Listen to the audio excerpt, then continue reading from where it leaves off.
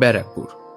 সেই যে 1772 সালে ইস্ট ইন্ডিয়া কোম্পানির হাত ধরে এখানে তৈরি হলো সেনা ছাউনি, সেই আর্মি ব্যারাক এখনও বর্তমান।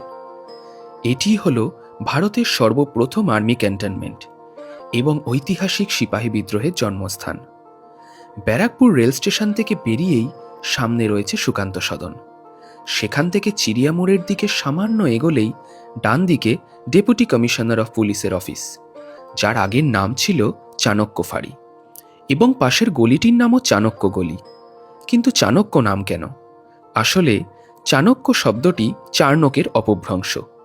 জনশ্রুতি অনুযায়ী কলকাতায় যাওয়ার আগে এই অঞ্চলেই একটি কুঠিতে থাকতেন কলকাতার সম্ভাব্য প্রতিষ্ঠাতা জব চার্ণক। সেই কুটির কোনো চিহ্ন আজ নেই, তবে নামটা কিন্তু রয়ে গেছে।